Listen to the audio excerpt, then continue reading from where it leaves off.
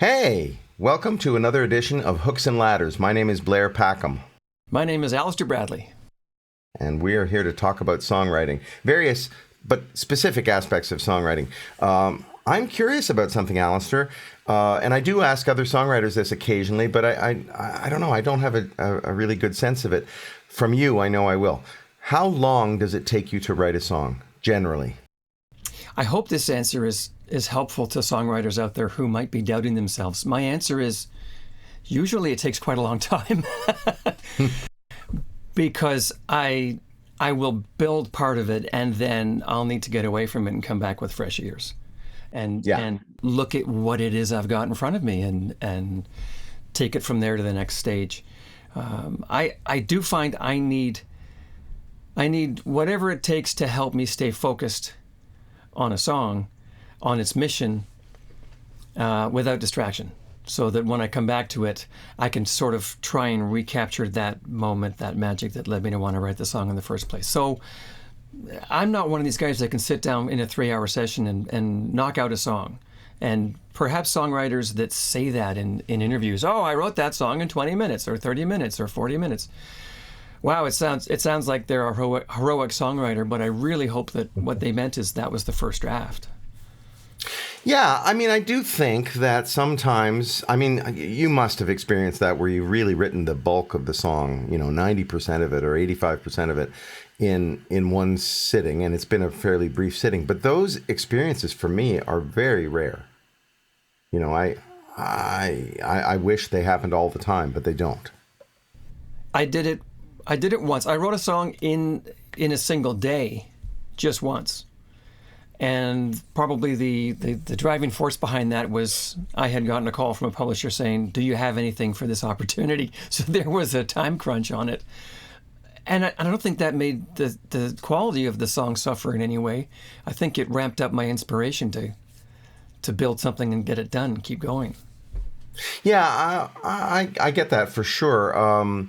The great American songwriter Sammy Cahn used to say that you start writing a song when you get the phone call. And what he was saying was that, he got the commission, basically. We need a song by 5 o'clock, for this musical, for this commercial, whatever it might be. And I can see that too. I would say in the absence of that, sometimes it's hard to get started and it's hard to know, what to do. I would say this, though.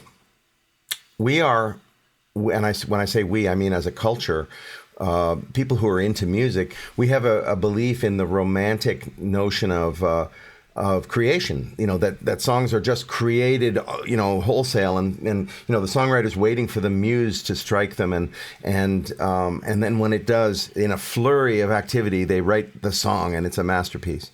And of course, that can happen, and of course, that does happen. But I would say it doesn't happen most often. I would say, for me, certainly it doesn't happen, hardly happens at all. But even, the truly great hit-making legends of songwriting say that kind of thing, that kind of lightning strike, only happens rarely. And too rarely, really.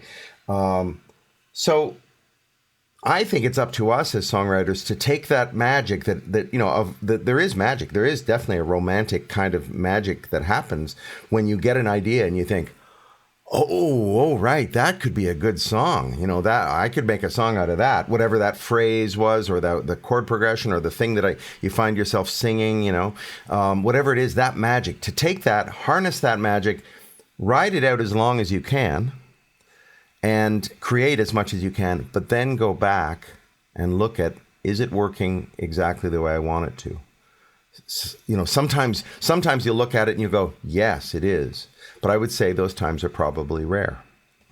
I think if I were to come back to a song in progress and find that I didn't need to change anything, I would be asking myself, did I really write that? Did that really happen? Yeah. Because it is that unusual a thing for me to be able to come up with the complete song in such a short period of time and then come back and say, no, I wouldn't change a thing. Yes. Yeah. It's happened to me only a couple of times.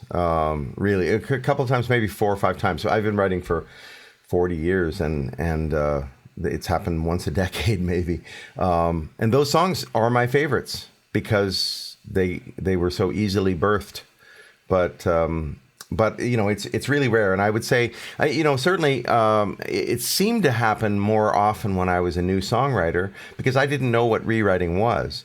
So, you know, I thought they were done, but do I still play those songs now? Have I ever recorded them or released them? No. And that's because upon second examination, I didn't feel they were strong enough. I didn't think they were good enough.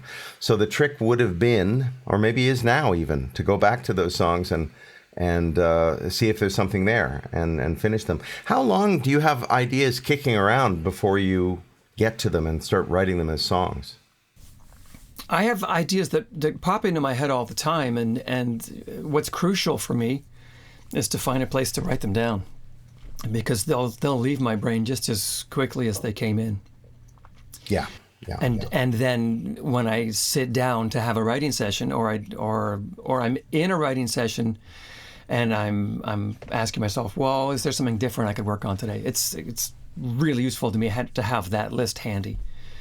And not only that list of titles, but oftentimes I'll write down the title or the phrase, or even, you know, something about the chord progression that came to me that I thought in the moment, wow, this is really worth pursuing.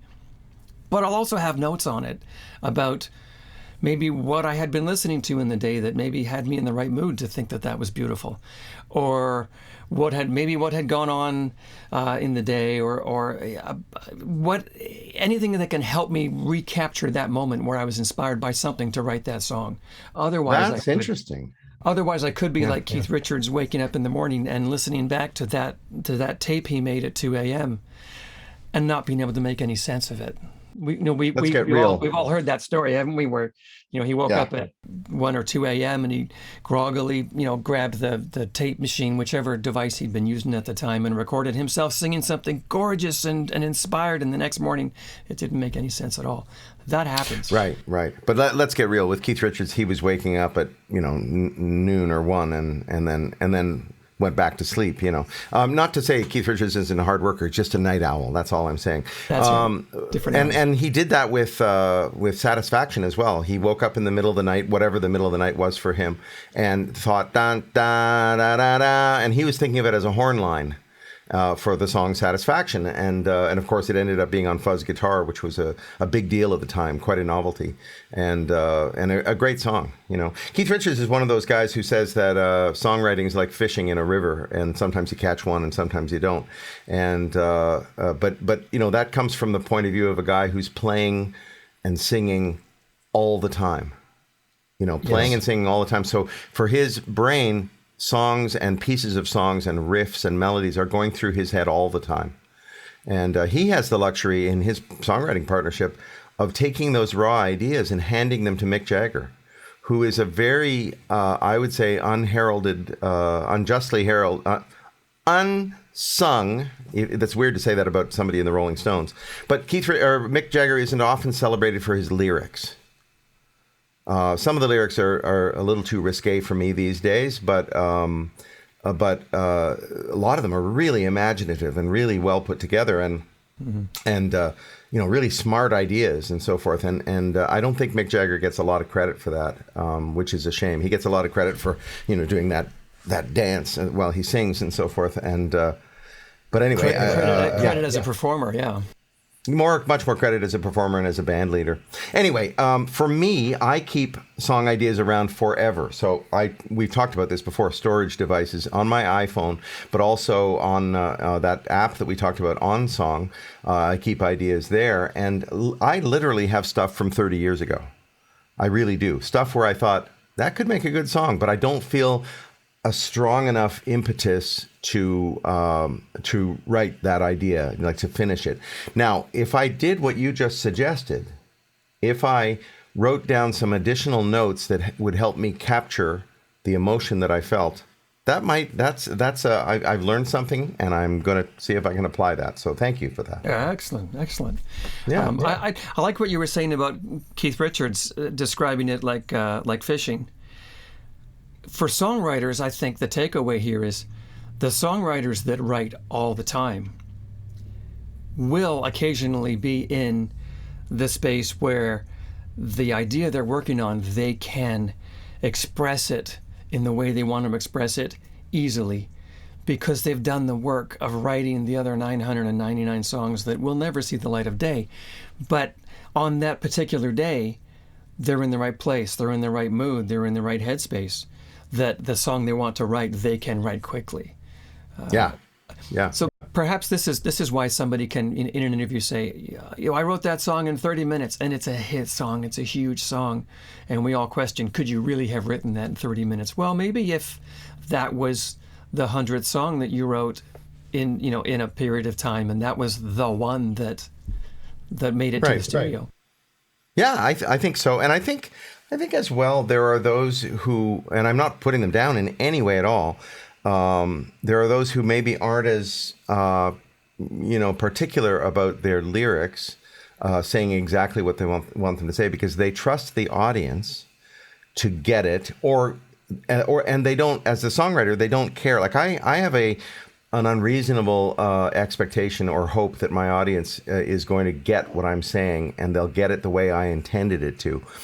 I think there are songwriters out there who are like, yeah, you take it whatever way you want. Good for you. As long as it, and I think they're right. By the way, I'd like to let go of that need on my part, because I think that the job of a song is to move people, to make them feel something, and I think that's it. That's all it's supposed to do. So even if you have a political or a moral lesson in the song, or you want to slam your ex and you want people to know that you're slamming your ex, but your audience doesn't get that, as long as they're moved by it, even if they don't get the point that you're trying to put across, I think that's okay. I